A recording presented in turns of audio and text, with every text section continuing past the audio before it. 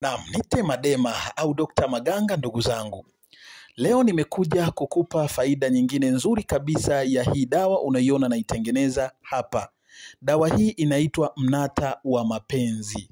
Kazi yake ni kutuliza, kazi yake ni kufunga. Hii ni limbwata kubwa. Ni limbwata hatari sana kwenye mapenzi.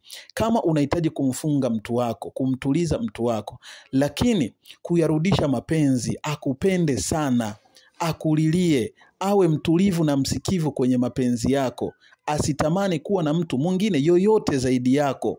Sawa? Kama ni ahadi nyingi mlizowekeana, kama mna familia ili mbaki na kutunza familia.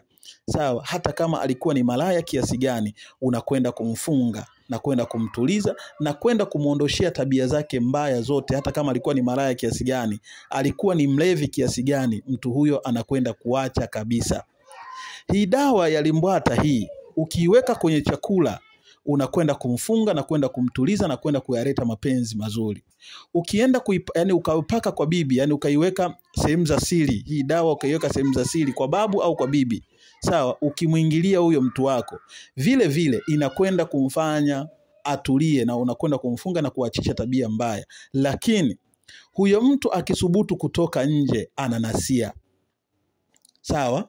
Mnata wa mapenzi ni dawa ambayo imeumbua watu wengi sana na kwenda kuwaachisha tabia mbaya kwenye mapenzi. Hii ni dawa zaidi ya kiapo. Ukitumia hii dawa, ukaitengeneza kwa huyo mtu unayemtengenezea, atakwenda kukupenda, atakwenda kukujali na atakwenda kukuheshimu tena sana zaidi ya sana. Utakwenda kuziachisha tabia zake zote mbaya, hata kama alikuwa ni malaya kiasi gani, alikuwa ni mlevi kiasi gani, unakwenda kumfunga na kwenda kumtuliza na atakuwa na mapenzi mazuri na wewe. Hii dawa ndio kazi yake hiyo. Ukimwekea kwenye chakula akawa anakula ni sawa, lakini ukiipaka kwa bibi au kwa babu, sawa, ukaenda kumuingilia huyo mtu wako, wala hata usimsemeshe, acha aende. Akijaribu tu kuchepuka, ananasia. Sawa, na kuachiana hapo paka uende wewe ndio wanaachiana. La sivyo watakaa hapo hapo.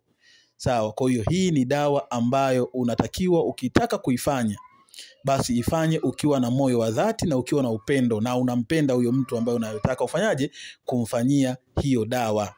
Ni dawa nzuri na ni dawa kubwa. Nite Madema au Dr. Maganga, mimi ni mtabibu na mtafiti wa tiba asili na tiba mbadala.